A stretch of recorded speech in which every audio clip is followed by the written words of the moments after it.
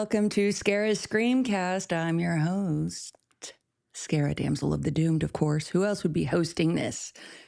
You would have to find another Scara, Damsel of the Doomed, I'll tell you that. And that's not going to be easy. I think there's a Monsters High doll named Scara. But she's not the original. I earned the name Scara eons ago, back when I was a teenager. Long time ago. In a city far, far away called Lubbock, Texas. Lubbock, Texas. That's up in the Panhandle. It's weird. They refer to it as West Texas, but it's up there. You know, I don't know how they divide the state of Texas. But Lubbock, Texas is up there in the Panhandle. They say it's West Texas. It's where I'm from. I lived there for 22 years. And it's very flat. It's very dusty in the springtime. There's dust storms that are gigantic and huge, very windy, but has beautiful sunsets. And a lot of people there are very creative because there's not much else to do. You could be a creative. You could be an alcoholic. I hear meth is quite popular these days. You could do some farming, maybe. But there are a lot of creatives, a lot of artists in Lubbock, Texas. Anyway, what was I saying? Oh, yeah. How I got Scara. How did I get that name? I used to be I belonged to a group of friends. And we used to watch horror movies every weekend. I would go to my friend's house down the block. We'd watch horror movies. And it started my love for horror. Well, no, it reinforced my love for horror. I already liked horror before that. Anyway, one of the teenage boys that watched the horror movies with us, he started calling me Scara because we were watching scary movies. And so the name stuck. So I've had it longer than Monsters High, okay? How are y'all doing? Let me go ahead and log in to Instagram here so I can officially follow the comments. Let me see if this works. It's a bit much. Yeah, see, I don't see it. I never can find my own live. I don't know how to work this. I can never find my own live. Am I supposed to look up in the, yeah, I don't know where it is. See, it frustrates me every time. Let me try it on this other account. 1 second. Let's see. Here we are on Instagram. If you're listening to this and not watching, I apologize because that's weird. Here we go. Yeah, I don't even know. Maybe I'm not live on Instagram. Maybe I'm not because I don't see it. All right. What is it that I'm going to talk to you about today? All right. The title of this episode is Momento Mori, motherfucker. Well, I think I'm saying Memento Mori Mofo officially for purposes of whatever. But Memento Mori motherfucker is how you should hear it in your head when you read it on your various streaming services. Do you know what that means, Memento Mori? It's a Latin phrase. It means remember that you have to die. You have to die. And all the Stoics, all the Stoicism bros love that phrase.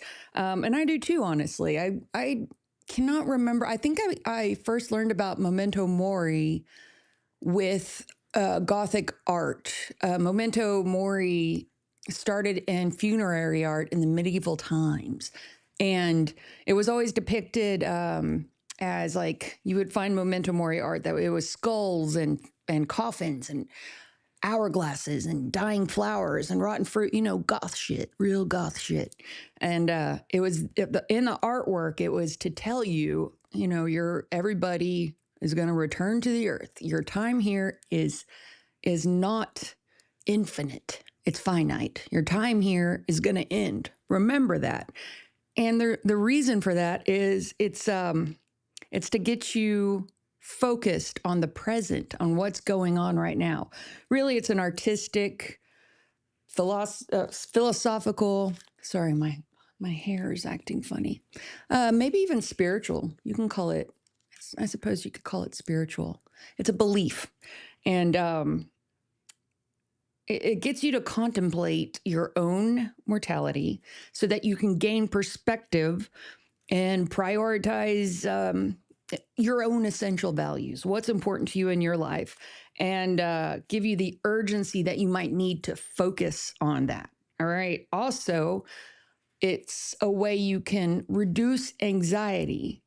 Whenever something is starting to creep up and bother you, whenever there's weird thoughts that pop in your head about, oh, I wonder if so and so is thinking bad about me. You know, so and so didn't comment on my post. So and so didn't like my post. You know, the trivial bullshit. Whenever that stuff starts to creep up, think in your head, Momento Mori, motherfucker. And, you know, sweep that out of your brain because it doesn't matter. That stuff's trivial bullshit. That type of stuff is trivial bullshit. What other people think about you, as I straighten my crown, excuse me, is trivial bullshit. Because you don't, first of all, you don't ever really truly know what anyone thinks about you. That's your own head tricking you. That's your own brain in there, like trying to put in weird thoughts for whatever reason. I don't know. I'm not a psychologist, but I do know Memento Mori motherfucker works. It works for me, it works for a lot of people. Maybe it'll work for you too. Anytime those weird thoughts start creeping in, Memento Mori motherfucker. Here's another way to use it that I like. Well, let me go through a list. It helps you to cherish the present, like I said, not to be ruminating about the past, about what happened last week, last year, 7 years ago. That's done. It's not your business anymore. It's over, Martha. Get it out. You can't overanalyze and like freak out about what might happen in the future either. The only thing that is for certain is remember that you have to die, motherfucker. Okay? That's the only thing you need to like truly know about. It helps you to live authentically if you think of it and if you think of your life in those terms. It helps you give of yourself, give your time to what's important, your family and your friends and the people around you that you want to help. And it helps you to do epic shit.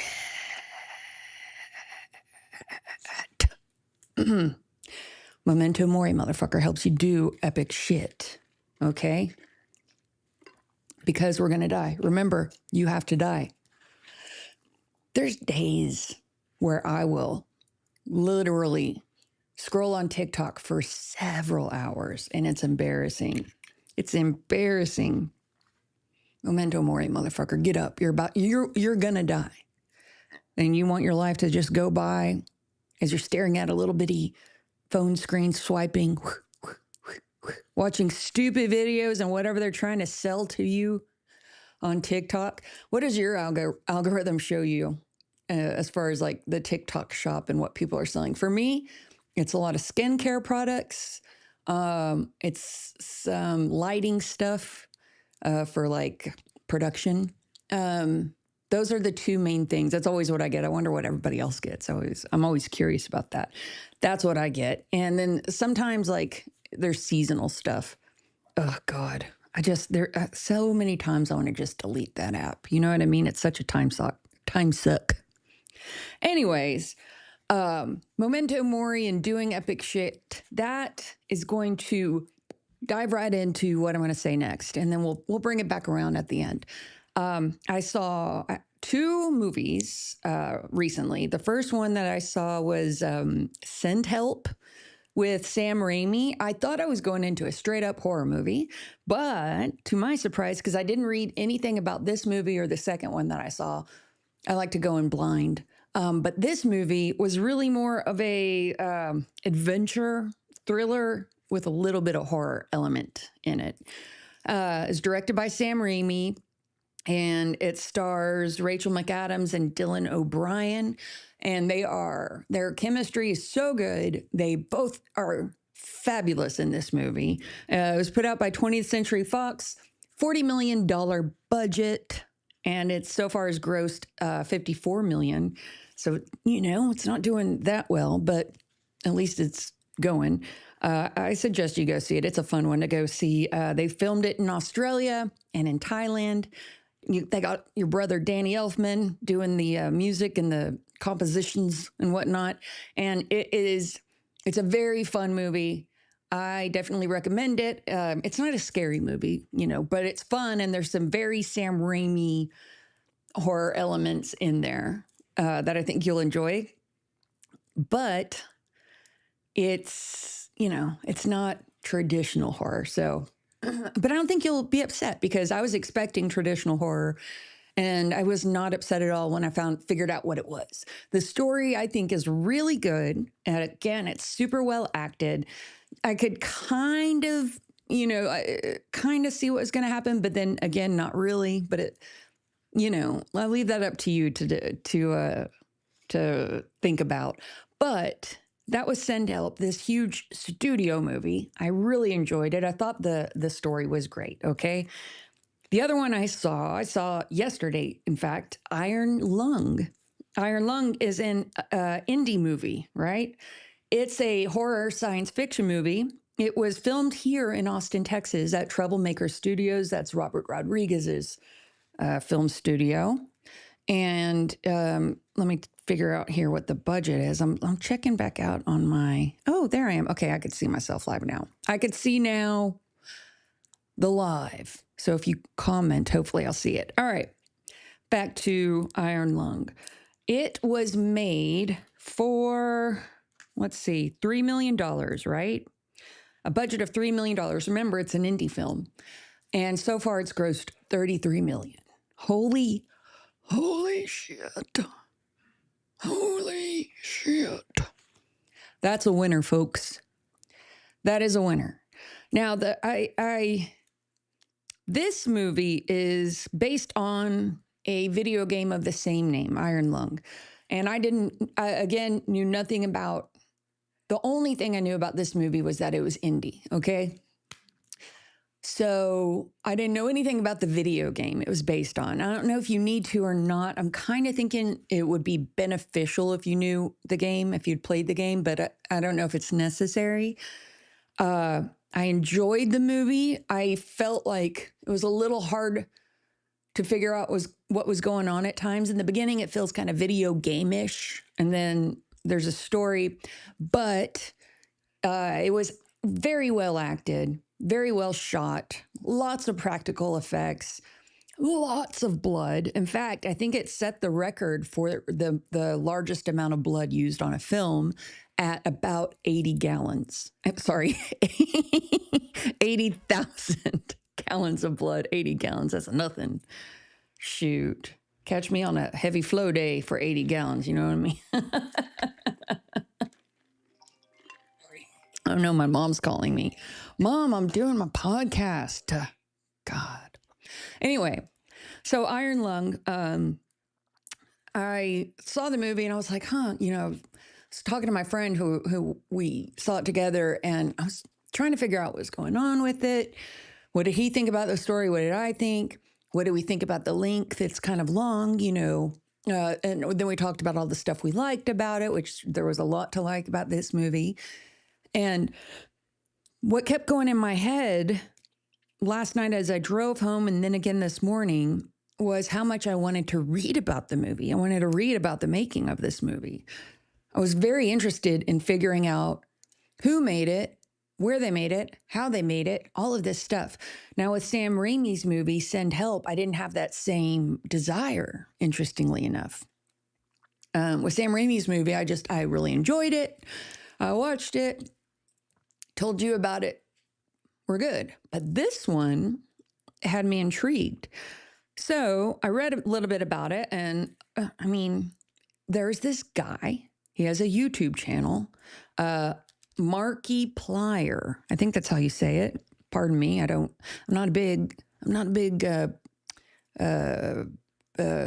YouTube viewer these days, I guess you should say. And anyway, this guy though, I'm surprised I don't know about him because he is the third, or at one point in time, he was the third highest most paid, I should say, YouTuber. And his channel, from what I gather, was about, I don't know if he was a streamer or if he made videos about playing video games, but that's what he's a gamer. Okay. And oh Lord. And he played this game Iron Lung, and at some point decided he wanted to write a screenplay for it. So he wrote the movie, acted in it, he stars in it, and he directed it. And his actual name, by the way, is Mark Fishbach, and he raised the funds himself. So it's self-funded, self-distributed, self-produced, all of that. And it is making them coins, boy. It was built on a set, a custom-built submarine set that was put on like a hydraulic rig sort of thing, so it can move the submarine around. So it was mostly practical effects going on that set. 35 days, Troublemaker Studios, like I said, and it's making a lot of money. So I started thinking about, even though I wasn't the biggest fan as far as the biggest reason for me why this movie gave me a little bit of trouble was it was like I said, a little hard for me to follow. I think if I had read about it before or watched the video game or played the video game or something like that, maybe it would have grabbed me a little bit more. The movie did do a really good job of making you feel like you were stuck in that submarine with him. They used a lot of cool tricks to make you feel claustrophobic. So, good job on that. But I want to congratulate Mark Fishbach for what he did, for being able to, build this big YouTube platform, write a movie based on, even though it's established IP, he still wrote a script and acted in it. And he was really good as far as acting goes. Acted, directed, all of it, that's doing epic shit. Okay. That's what I'm talking about. Momento Mori, motherfucker. That is, I think the guy's only 30 something doing epic shit. And then it got me thinking about Sam Raimi again. Now, Sam Raimi, the one who directed Send Help, we know Sam from the original The Evil Dead from 1981. I went back to check those numbers. That movie was made by Sam and his buddies, Bruce Campbell, and there's like three film friends that used to shoot Super 8 films, and they decided to get together and make The Evil Dead in some abandoned cabin somewhere. And it cost it was an indie movie, much like Iron Lung, and it cost $350,000 to make, and it grossed $2.9 million, which is that's a great return on investment, if you ask me, especially for 1981. However, it has become one of the most significant cult classics in the horror genre to this date. It has spawned all of the Evil Deads in the franchise, not to mention the Army of Darkness movies and the Ash versus Evil Dead movies. And there's going to be a new The Evil Dead in the franchise series, I think this year coming out. So, wow, Sam Raimi did epic shit and continues to do epic shit. But Sam Raimi started out as an indie film director with, just a shoestring budget. His friends helping him out, and he's been able to sustain his career and do all sorts of cool and fun movies. And then just recently, had a $40 million budget, shooting in Australia, shooting in Thailand, all of that. He seizes the day. Okay, he knows. I guarantee you, Sam Raimi knows he must die. Not everybody knows that. Some of these billionaires, I think they're trying to figure out a way to not die, to not memento mori, motherfucker. And they're creeping me out. Like, do you really want to live forever? I don't. I mean, I don't want to die tomorrow, but, Lord, like enough already at some point, you know what I mean?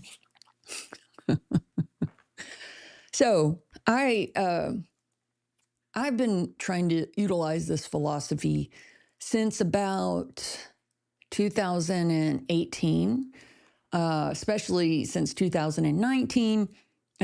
prior to 2018, I think I told you about my autoimmune stuff. I was very sick for a very long time. When I finally started to feel better, I had this urgency about my life because I thought I might, who knows when the day is going to come when I'm going to get sick again. If this autoimmune disorder is going to rear its ugly head, if you cut the head off Hydra, another stronger one, 10 comes back in its place or whatever.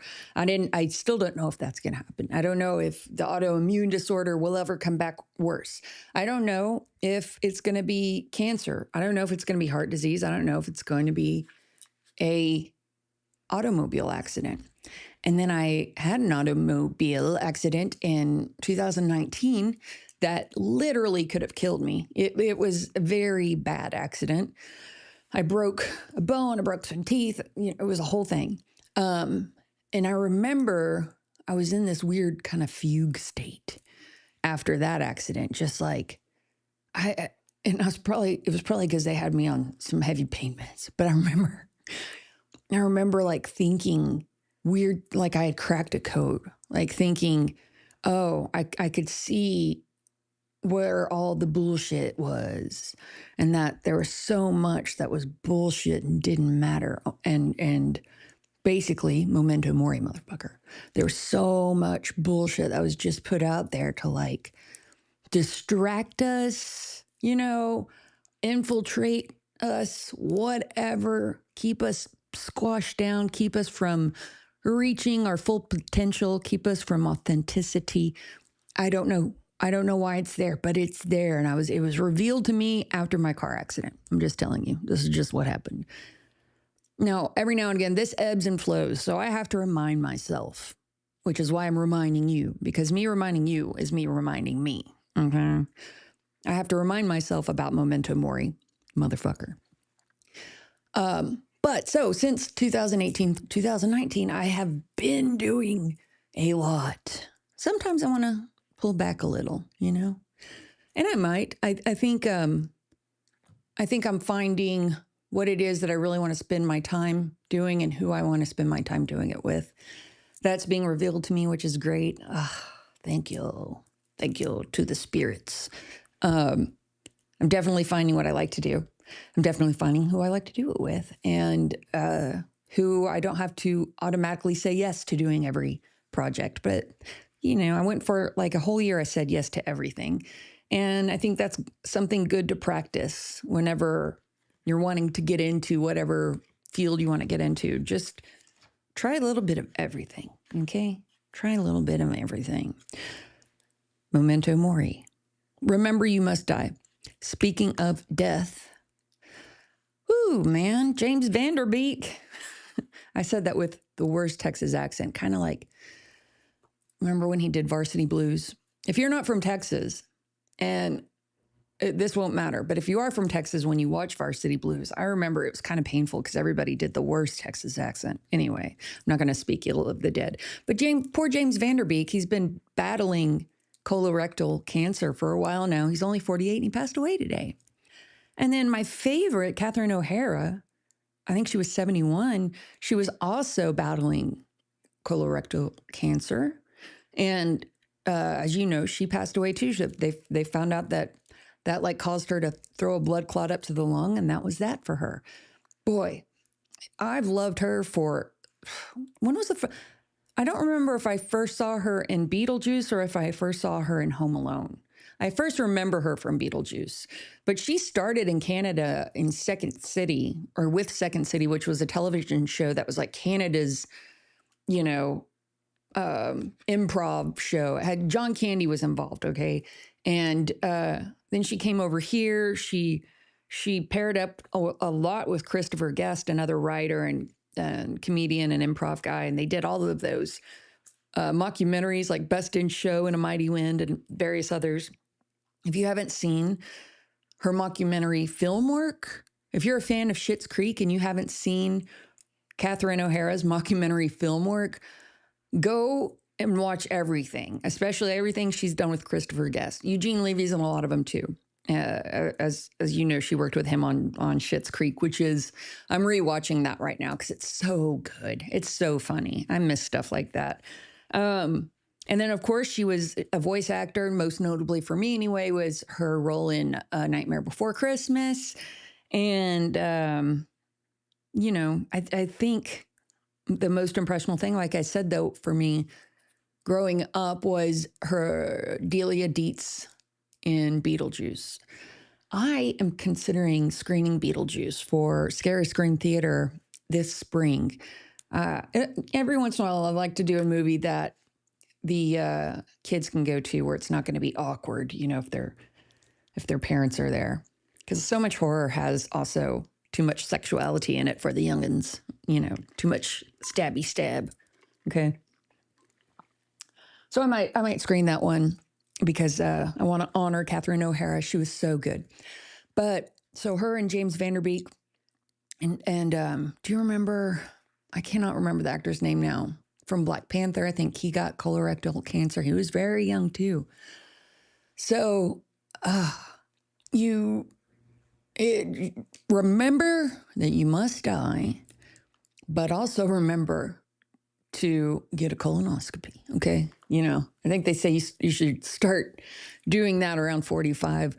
Your health is important. There are things you can do to stay healthier longer. Health is wealth, they say. So, I wish the best for you and everyone that is just trying to get by, especially in this country where healthcare is some bullshit. Even if you have insurance, healthcare is weird. Insurance companies are weird. They're always denying stuff. And if you don't have health insurance, God bless you. What are you going to do? That stuff's scary. I grew up in a household where we sometimes had insurance and we sometimes didn't. And I mean health insurance and also auto insurance. So there's a lot of ER visits that could have and should have been doctor's visits, but that's what you do, I guess. I don't know. Anyways, where were we? Oh yeah. I wanted to talk about the question of last week, which was if or who would you least likely to go up against from a horror movie? Which horror movie villain would you least like to have to go up against if you had to get in a fight with one of them? Who would you not want to go against? And I got a few calls. They called Scary Hotline at 512-710-8766. Woo! 2 calls. Hold on. Look at my witch book, by the way. Anyways, I write my little notes in there. But I want to play my calls for you real quick. Here's the first one. Here we go. I heard you on TikTok. I was wondering who would be the vile villain you would fear most. It'd have to be Freddy. There's not enough Red Bull to keep me up at night to protect me from an illusion. Are you calling me from inside of a tin can? What was that? Were you calling me from a potato? Did you put a phone line in a potato and try to call me? Did you string together 2 tin cans and give me the other one that was the weird. Let me try. First of all, I know who this is. I heard you on TikTok. I was wondering who would be the vile villain you would fear most. It'd have to be He says, who would be the vile villain I would fear most? It would have to be. Oh, great. It's playing all over again. I heard you on Oh, my God. TikTok. I was wondering who would be the vile villain you would fear most. It'd have to be Freddy. There's not enough Red Bull to keep me up Freddy. Oh, okay. It would have to be Freddy, he says. There's not enough Red Bull to keep him awake so that he doesn't, go to sleep. You're not supposed to go to sleep around Freddy Krueger. So he says Freddy. All right, Nathan. Good contribution. Thank you. I don't know why your call sounded so muted. Let's see if this next one does. Hold on. The most horror villain I would like not to go against would probably be Jason Voorhees of the Jason movies. Dude is big. He's got a machete. He's combative. No way I'd want to go against him. Thanks. All right. That one, Jason Voorhees. from the Friday the 13th series. That's what that guy said. And he said he was big, he has a machete, combative. One of my favorite kills from those movies is the sleeping bag. When Jason picks up the sleeping bag and there's somebody in there and he just slams it against the tree. Woo! Strong. Jason is strong. He's a strong villain. Let's see what other people had to say. For this, I have to go online here and open my phone. Let's go to TikTok real quick. See what folks had to say there. Teresa says she would least likely want to go up against Leatherface because the chainsaw would freak her out. She would welcome Chucky, though. And of course, yes, Chucky, I think, would be one of the easier ones. You could just kick him and he'd fly across the room. Saul Kim said Hannibal Lecter or Jigsaw because they can mess with your head first or try bringing up past trauma. Oh, yeah. I didn't think about that. Hannibal Lecter especially, he's really good about, getting into your psyche and messing with you. You probably want to die after spending a little time with him. Esqueletos Art said Art and Crowley because they torture you gruesomely. Yeah. The kills in the Terrifier movies are above and beyond disturbing. It's like when they get together and they're writing that movie, when Damien Leone is putting pen to paper, it's like he's thinking, what is the nastiest way you could kill somebody? What is the most disturbing, nastiest, unheard of thing I can do on screen? And then he has a script and y'all love it. Jay the Hermit said the alien from the fourth kind. And I barely remember that movie. So I'm going to have to go back and watch that one. I didn't even want to comment on that with my opinion because I vaguely recall that movie. So I have to check it out. Now, let me go ahead and look on Instagram and tell you what you guys said over there. Log into the right account. Don't log into the wrong one. That reminds me of the Turning Point USA halftime show. I just want to drink my fish, drive my truck, drink my beers. I can't call you queers anymore, or whatever he said. It was so weird. I didn't watch the Super Bowl, but I watched the Bad Bunny halftime show, and I thought that shit was fire. I liked that. Okay, here we go. Space Jockey 101, that's my buddy Chris. He says the tree from Evil Dead. Chris, you don't want a tree infiltrating your beehole, bud? Because that's what that tree would do. That tree would get its treeness, get its branches and vines all up on you, and then get up all in you. That's what it did. That's that tree. HMS Dreadnought said the tall man from Phantasm. You die, there is no escape. You're his. You play a good game, boy, but now you die. That's quotes from that movie. Yeah, Phantasm is a good creepy movie. Phantasm's one of those movies that I don't believe that maybe millennials, the younger millennials, and then everybody after them, I don't think they know about Phantasm. I don't think so. Maybe I'll screen one of those at Scream Theater. And then Brendan at C said Freddy Krueger. Good luck not trying to sleep. Oh, that's what my friend Nathan said too. That's what Nathan said too. I liked the first Nightmare on Elm Street the best.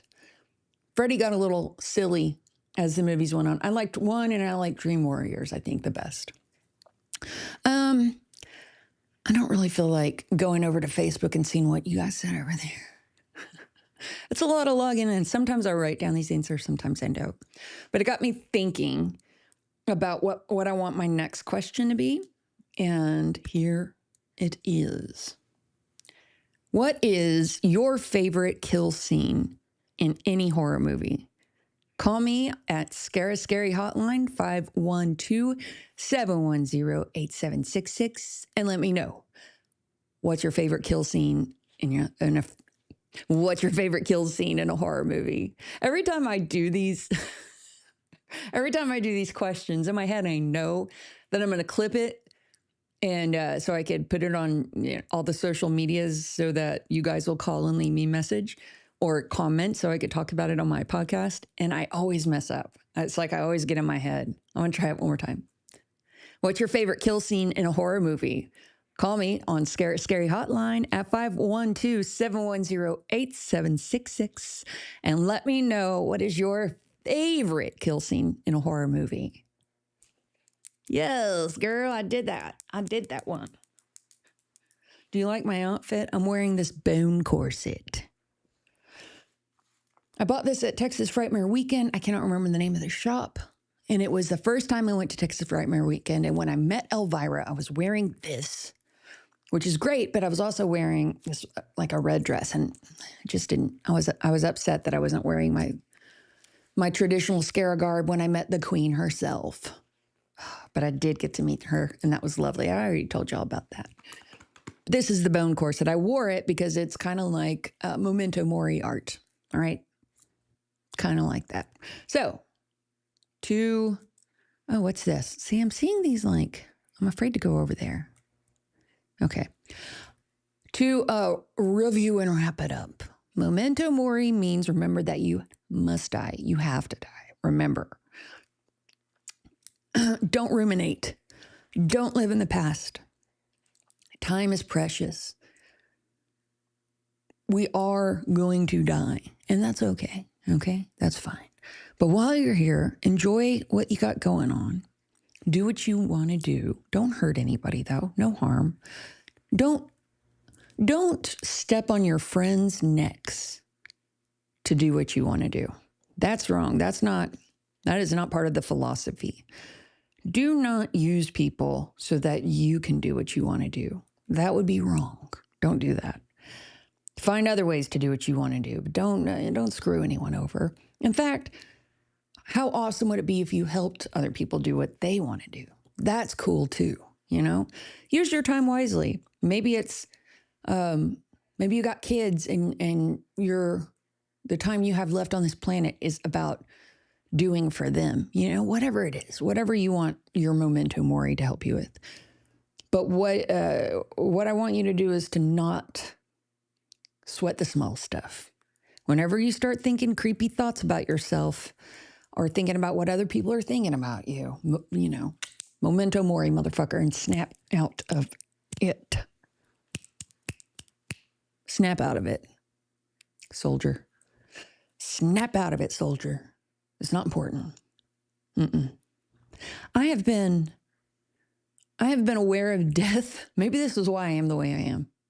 I've been aware of death and the frailty of life since I was 4 when my brother passed away of cancer at 2. He was 2, I was 4. So I grew up with death on my shoulder. I grew up fascinated with the fact that we're here one day and then we're gone. We're here one day and then we're gone. I grew up that way. And one of my best friends, his parents both died when he was very young, and he and I kind of bond on that. And that kind of trauma can really break you. It can really make you think weird things about life. But I think as you go on and as you start exploring that theme, you realize that knowing about death and wrapping yourself around the idea that you have to die is essentially a gift because it helps you to live authentically. And that's what I wish for you. Okay? This weekend, what do we have coming up? You can always look on my website, scareddamselofthedoomed.com, and I have all my listings up there, but I have a murder mystery at Mama Merlot's on Valentine's Day. You can go to the docsdrivetheater.com website and see the tickets. You can purchase tickets there. I also have